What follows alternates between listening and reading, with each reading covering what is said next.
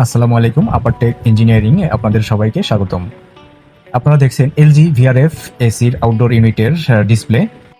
এই আউটডোর ইউনিটে কিছু সমস্যা আছে, যেটি কিছুক্ষণ পর দেখা যাবে ইরর কোড। এখানে যে ইরর কোডটি আসবে সেটি কম্প্রেসর সমস্যা অথবা ইনভার্টারের সমস্যা। এটি আপনারা কিভাবে চেক দিবেন? এটি এখানে ডিপ সুইচ আছে, 5 নম্বর ডিপ সুইচ অন করে নেবেন।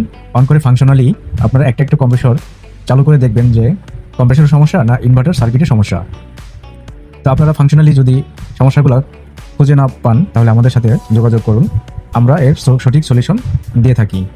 আমাদের সাথে এখনই যোগাযোগ করুন। আপনার ভিআরএফ এসির যে কোনো সমস্যা নিয়ে আমরা আপনার পাশে আছি।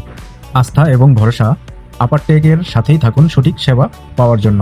আপারটেক ইঞ্জিনিয়ারিং আপনাদের পাশে থাকবে সঠিক সেবা দেওয়ার জন্য ইনশাল্লাহ।